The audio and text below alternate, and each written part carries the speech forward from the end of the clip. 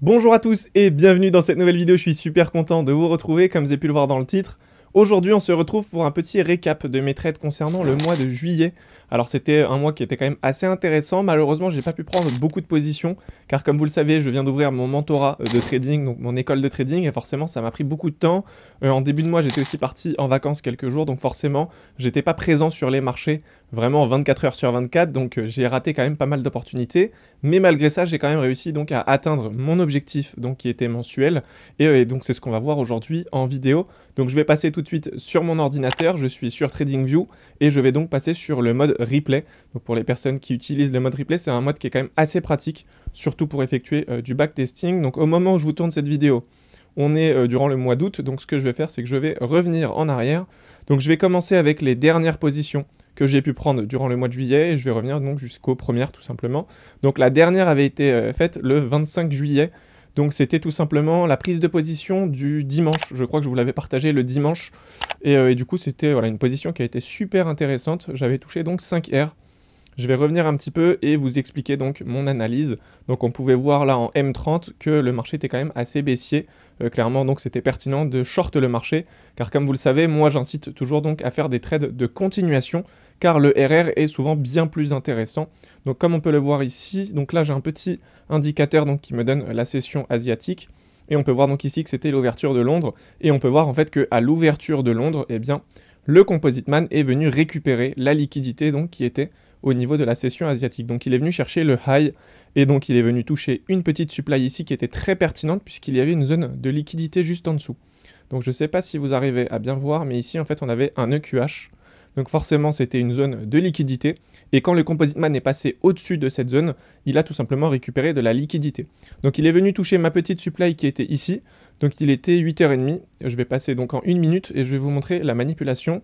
Donc moi je suis vraiment sur du scalping, je fais que du scalping, j'essaye d'identifier mes zones donc environ en 30 minutes et je prends position donc en 1 minute. Donc je suis sur le broker Wanda, alors si certaines personnes se posent la question, c'est très simple, en fait le broker FXM je l'utilise uniquement pour mes analyses et du coup je le garde vraiment pour mon mentorat et du coup sur la chaîne YouTube j'aurais tendance à utiliser Wanda, donc comme ça c'est mieux, j'ai pas beaucoup de dessins sur les graphiques et c'est beaucoup plus facile. Donc alors en ce qui concerne la manipulation, ici on avait une belle distribution, donc j'avais le Bain Climax, BC, AR, ST, la liquidation en dessous, ensuite on avait donc une première liquidation ici, mais c'était pas pertinent d'entrer tout de suite, tout simplement parce qu'on n'a pas eu de changement de tendance, et en plus de ça, le prix n'était pas venu récupérer la liquidité au-dessus de la session asiatique. Donc on va tout simplement attendre un petit peu, et ensuite voilà, on peut voir qu'à l'aide de cette bougie, le Composite Man est venu en fait récupérer la liquidité, et de ce fait il va pouvoir donc injecter. Donc à la cassure à ce niveau-là, on pouvait entrer en position, et j'avais target en fait le bas donc de la session asiatique. Donc c'était juste ici, et on pouvait voir donc qu'il y avait bien 5 R, voilà juste ici il y avait bien 5 R. Donc j'ai pris cette position en live, je voulais même partager, et donc je vais passer en 8 minutes, je vais faire défiler, comme ça ce sera beaucoup plus rapide. Et vous allez voir que donc voilà, le TP a bien été touché. Donc ici j'avais pris 5 R, donc ça c'était un trade super pertinent, c'était en fin de mois. Et du coup voilà, j'ai eu d'autres positions, je vais revenir dessus. Donc tac. Donc là on pouvait voir qu'il y avait quand même pas mal d'imbalance. Alors le marché, regardez, a fait quand même une chute assez violente. Donc forcément on s'attend maintenant à un retracement peut-être plus conséquent pour qu'il puisse en fait revenir ici fermer ces positions qui sont en perte latente. Mais pour le moment, étant donné qu'on est en tendance baissière, eh bien, il n'y a aucun intérêt à acheter le marché. Alors pour le moment, je pense que ce high est protégé à ce niveau-là, mais je pense que le Composite Man aura tendance à revenir donc chercher toute cette liquidité. Donc ensuite, la deuxième position, elle était à ce niveau-là, donc c'était le mardi 18 juillet. Donc je vais revenir dessus bien en détail, tac, nickel. Donc là, ce qu'il faut voir, c'est qu'on était tout simplement haussier sur du M30. Alors je vois beaucoup de personnes réaliser des analyses sur du daily, du weekly, etc. et qui rentrent en scalping. Honnêtement, je ne vois pas forcément l'intérêt. Alors on peut faire des analyses sur des hautes time frames si on est sur du day trading, mais si on prend position en 1 minute, très honnêtement, la tendance en weekly n'aura pas forcément beaucoup d'impact. Donc moi ce que je fais, c'est que je regarde quand même sur du daily pour avoir une tendance générale. Ensuite je vais raffiner, je vais passer en 4 heures, après en 30 minutes. Et pour moi vraiment, la plus pertinente comme time frame, ça va être la M30, puisque ma position va être prise en M1. Donc forcément pour moi c'est vraiment ce qui est le plus important. Donc là je vais passer un petit peu plus zoomer sur le graphique. Voilà, nickel. Et donc ici, comme vous le savez, étant donné qu'on était en tendance haussière, eh bien c'était intéressant de prendre un long. Alors attention, il y en a beaucoup qui se font avoir. On est peut-être en tendance haussière, mais le problème c'est que regardez, on est overextended. Donc ça veut dire quoi? Ça veut dire en fait que le Composite Man a fait que injecter des positions à l'achat et il n'a pas réussi à faire de beaux retracements donc pour récupérer de la liquidité. Donc le problème ici c'est quoi? C'est qu'il fait que des plus hauts à chaque fois, mais à un moment donné, il n'aura plus assez de liquidité. Donc qu'est-ce qui se passe? Eh bien, le prix va commencer à ralentir. Et c'est ce qu'on peut voir ici. Le prix commence à ralentir puisqu'il est en manque de liquidité. Donc qu'est-ce qui se passe? Eh bien, il va être obligé de faire un grand retracement pour récupérer en fait de nouvelles liquidités. C'est aussi simple que ça. Donc là, c'est pertinent, oui et non, d'entrer en position. Alors oui, c'est pertinent parce qu'on est en tendance haussière et on prend un trade de continuation. Cependant, ça peut être assez dangereux puisque là, on est en overextension. Donc si le Composite Man a moins de liquidité, forcément, il va devoir retracer. Donc s'il retrace, il va nous donner des plus bas. Et si moi, je longue le marché, vous vous doutez bien que c'est pas très pertinent parce que du coup, je serai à l'inverse du biais du Composite Man. Mais on peut quand même entrer en position. Maintenant, il faut être un peu plus vigilant sur le management du stop loss. Donc ça, je pense que je vous ferai une vidéo vraiment complète là-dessus, comment bien manager une position. Mais en tout cas, voilà, quand on est dans ce genre de position, il faut être assez agressif quand même et bien suivre le prix pour ne pas se faire avoir et ne pas sortir sur une perte alors qu'on était tout simplement dans une bonne position. Donc là, ce que je vais faire, c'est que je vais passer en 1 minute. Alors avant ça, on peut voir encore une fois qu'il y avait la session asiatique. Il est venu donc récupérer le high de la session. Ensuite, en 2-3 bougies, il est directement revenu ici, regardez. Récupérer le lot de la session asiatique, ça c'est quelque chose qui me plaît. En fait, ce qu'il faut comprendre, c'est que si le Composite Man a tendance d'abord à récupérer le high, puis il revient récupérer le lot, souvent il aura tendance à injecter donc à l'achat et continuer le mouvement haussier durant le reste de la journée. En revanche, s'il vient récupérer le plus bas, enfin s'il vient récupérer le low asian, ensuite il récupère le high, il aura souvent tendance à injecter donc à la vente et du coup faire le reste de la journée en tendance baissière. Donc c'est souvent ce qui se passe. Alors bien sûr, c'est pas une théorie qui s'applique à 100%, sinon ce serait trop facile, mais de manière générale, ça se passe comme ça.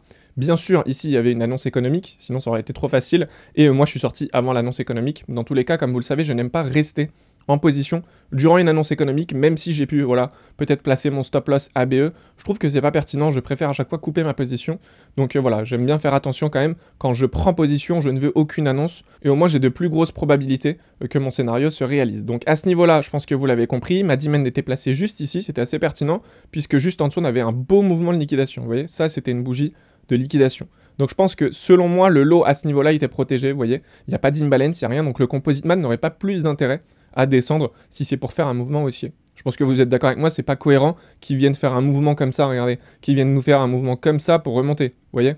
Là, c'est de la perte de temps pour le Composite Man. Comme vous le savez, il veut réaliser ses mouvements le plus vite possible. De ce fait, je pense que c'était pertinent qu'il puisse rebondir ici. Donc ce que j'ai fait, c'est que j'ai tracé ma demand, je suis passé en 1 minute, et j'ai tout simplement essayé d'identifier donc une accumulation, puisque je voulais longue le marché. Donc arrivé ici, on avait une très très belle accumulation. Donc la petite ligne ici en bleu, c'est tout simplement le lot de la session asiatique. Donc on avait un SC, AR, ST. On est venu ici créer un EQH, donc c'était ma trading range. Ensuite, on a un mouvement de liquidation juste ici. Donc ça, c'est le STB. Et ensuite, on pouvait donc entrer en position directement. Alors moi, ce que j'ai fait ici, c'est que j'ai été très agressif, comme j'ai pu vous le dire. Donc tac, tac, tac, le Composite Man a bien injecté. Donc moi, j'ai commencé à chaque fois à décaler. Donc en fait, quand il a touché la tiers juste ici, moi, je suis direct passé à BE. Comme vous le savez, la tiers, c'est tout simplement une zone de liquidité. Ça veut dire que là, le Composite Man, une fois qu'il a récupéré ça, il peut potentiellement faire une petite distribution et nous donner un mouvement baissier. Donc moi, pour ne pas prendre un stop loss sur ce genre de scénario, je place directement mon trade ABE. Alors bien sûr, ça va dépendre quand même du scénario. Ce qu'il faut prendre en compte, bien sûr, ici, c'est un petit peu quand même ce que le Composite Man va nous donner. S'il a tendance à créer plein de liquidités, potentiellement, c'est pas pour se retourner tout de suite. Donc on peut être un peu plus conservateur sur le management. Donc ici, moi, j'étais beaucoup plus agressif. Il a commencé donc à injecter, tac, tac, tac. Donc je vais peut-être passer en 5 minutes. Nickel, et on va continuer. Alors, donc j'avais target encore une fois le plus haut ici, étant donné qu'on est en tendance haussière, j'ai tout simplement target moi le plus haut. Donc tac tac tac, on va continuer, et il m'avait donc sorti en fait à ce niveau-là. Alors pourquoi? Bah tout simplement parce que j'ai été un peu trop agressif, étant donné qu'il y avait une annonce économique à 14h30, et bien je voulais pas être en position à ce moment-là. Donc il m'a sorti, voilà, à ce niveau-là il m'a sorti, donc j'avais pris plus de 91. Tac, ouais, de 85, ouais, de 90, on va l'arrondir, ou peut-être même de 80 avec la commission, mais en tout cas, voilà, donc c'était pas un trade, bon, hyper intéressant, il est monté jusqu'à combien? Il est monté jusqu'à 5 R quand même, mais je suis pas sorti, et après, de toute façon, il y avait l'annonce économique, donc il y avait aucun intérêt à rester en position. Donc ça, c'était mon trade du mardi 18, et j'avais donc une autre position En tout, j'ai fait 3 positions. Ça, c'est vraiment quelque chose que j'adore faire. Honnêtement, je prends pas beaucoup de positions, mais j'essaye vraiment de choisir les meilleurs scénarios. Et c'est ce que je vous dis toujours. Il n'y a aucun intérêt, les gars, à trader toute la journée et à être toute la journée sur les graphiques. Alors, tu peux être toute la journée sur les graphiques, mais à condition de t'exercer. C'est pas pour prendre vraiment des positions toute la journée en live, en réel. Je trouve qu'il n'y a aucun intérêt parce que plus tu prends des positions et plus tu es exposé au risque. Ce que tu dois faire, c'est filtrer le maximum de trades. Et du coup, moins tu prendras de positions et plus du coup tu seras rentable. Moi, c'est vraiment comme ça que je le vois. Et voilà, à chaque fois que je discute avec des amis traders, ils sont tous du même avis que moi. Il n'y a aucun intérêt vraiment à faire du forcing et trader toute la journée. Moi, j'ai mes horaires et à chaque fois, j'essaye de prendre des trades dans ces horaires-là sans sortir à chaque fois de ces horaires-là. Et j'ai tout le temps un scénario bien précis que j'attends du coup à chaque fois. Donc là, on avait encore une fois un trade, donc c'était une vente. Donc on peut voir ici que sur du M30, on était quand même en tendance baissière. Hein. Je pense que c'est quand même assez visible à ce niveau-là. Le Composite Man a quand même tendance à protéger à chaque fois les plus hauts. On peut voir les plus bas de plus en plus bas. Donc j'avais tout simplement tradé un trade de continuation encore une fois. Donc là, on était tout simplement venu récupérer, alors tac, la liquidité ici, attendez, je vais passer comme ça. La liquidité donc de la session asiatique, donc le high. On peut voir qu'au-dessus du high, on avait une belle zone de liquidité, c'était un EQH. Et en dessous, comme target, j'avais tout simplement un EQL, vous voyez. Ça, c'est une zone de liquidité. Alors, il y a pas mal de personnes qui vont dire, mais non, c'est pas une zone de liquidité, il n'est pas revenu au pips près refaire un EQL. Alors, ce qu'il faut comprendre, c'est que le Composite Man n'est pas obligé de revenir à chaque fois au pips près. Il faut vraiment comprendre le concept. Quand on a ce genre de scénario, ça va inciter des traders à long le marché. Et forcément, il y aura du coup des stop-loss qui seront placés en dessous. Ça, en fait, c'est vraiment un concept qu'il faut comprendre. Le Composite Man n'est pas obligé de revenir au pips près. Là, pour moi, il y a une très très belle zone de liquidité et on peut potentiellement target cette zone. Vous voyez, on est en tendance baissière, donc il a tout intérêt à venir casser son plus bas et protéger le plus haut. Alors bien sûr, on peut se tromper, on ne peut pas avoir à chaque fois 100% de réussite, mais au moins l'analyse est pertinente. Au vu de la liquidité qui est présente ici, et de la tendance du marché, eh bien si on arrive à trouver une belle supply et une belle distribution, eh bien on peut donc entrer en position. Donc là on était en M30, là c'est la session asiatique qui est venue liquider, je vais passer en une minute, et je vais tout simplement vous montrer la distribution. Donc on avait un BC ici, ensuite on avait AR, ST, là on avait un petit EQL qui était venu donc liquider avec la Automatic Rally, ensuite donc on avait liquidation en dessous, ensuite liquidation au-dessus avec un UT, ça c'est une très très belle bougie de liquidation, et ensuite on pouvait entrer en position, et on peut voir le prix qui a quand même bien chuté. Donc encore une fois, j'ai été un peu plus agressif sur mon management, parce que c'était les premiers trades du mois, donc forcément je voulais pas directement prendre une perte, surtout que le mouvement qui a été délivré était quand même assez intéressant, donc mon target était placé à 6R, et au final je suis malheureusement sorti à plus 1,5. Donc voilà, j'ai peut-être été un peu trop agressif, mais en fait quand je vois le prix descendre aussi rapidement, je trouve qu'il n'y a aucun intérêt à rester à BE. Parce que tout ça, c'est des gains latents que je vais potentiellement perdre s'ils se retournent. Donc c'est pour ça que j'aime bien être quand même assez agressif pour tout simplement sécuriser des gains. Alors des fois, c'est pas forcément ce qu'il y a de mieux à faire, mais personnellement, quand c'est le début de mois et que j'ai pas encore de profit, j'aime bien être quand même agressif et sortir des gains. Donc là, potentiellement, voilà, j'avais sorti 1,5. J'attendais tout simplement donc une cassure de cette zone pour remanager. Malheureusement, ça s'est pas passé comme prévu, il est revenu directement donc me sortir, il n'y a aucun problème, ça fait partie de ma stratégie, donc forcément j'accepte, donc plus 1,5 pour celle-ci, et du coup voilà, c'est à peu près tout concernant mes positions sur le mois de juillet. Alors bien sûr, je vous partage à chaque fois toutes ces positions au sein de mon école de trading, donc toutes les semaines je vous fais un petit récap, donc des trades qui étaient potentiellement intéressants sur l'euro USD, car comme vous le savez, je trade essentiellement l'euro USD et le GBP USD. C'est vrai que les autres actifs, ça m'intéresse pas trop, parce que j'ai pris en fait tout simplement moi l'habitude de trader uniquement sur ces deux actifs.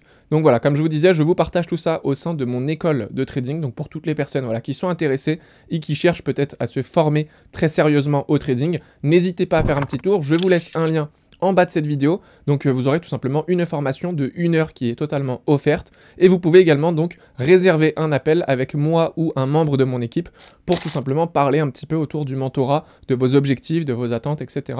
Donc voilà, pour toutes les personnes que ça intéresse, vraiment n'hésitez pas, je vous partage ce genre de format donc très souvent au sein du mentorat, et honnêtement c'est quelque chose qui aide beaucoup de traders, ça peut vous aider donc par la suite à réaliser tout simplement un petit backtesting pour essayer d'identifier donc par vous-même toutes mes prises de position. Et voilà, donc je pense que j'ai pu faire le tour du sujet. N'hésitez pas à me dire en commentaire si c'est un concept qui vous plaît. Je pense que je vais vous réaliser voilà, ce genre de vidéo chaque mois pour vous faire un petit récap donc de mes positions. Et voilà, quant à moi je vous dis donc à très vite dans une nouvelle vidéo. Prenez soin de vous, ciao.